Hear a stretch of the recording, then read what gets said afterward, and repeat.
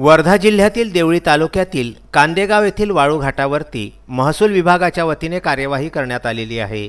या वाळू घाटावर तलाठी सुलभा राऊत, संजय पठारे, पोलीस पाटील मनोहर हांडे, कोतवाल यांच्यासह कांदेगाव येथील रेती घाटावर अचानक भेट दिली असता रेती घाटावर विना क्रमांकाचा ट्रॅक्टर रेती भरताना आढळून आला।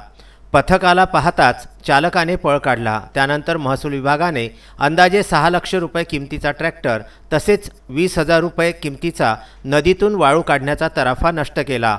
तसेच या ट्रॅक्टरला तहसील कार्यालय पुलगाव येथे जप्त करण्यात आलेले आहे। ही कार्यवाही करताना तलाठी सुलभा राऊत, तलाठी नागे, डेहनकर, खिरडे, कोतवाल मनोहर हांडे, अमोल शेळके, संजय पठारे व गावातील गणमान्य व्यक्ती उपस्थित होते। विदर्भ न्यूज करिता पुलगाव येथून अश्विन शाह यांचा हा वृत्तांत।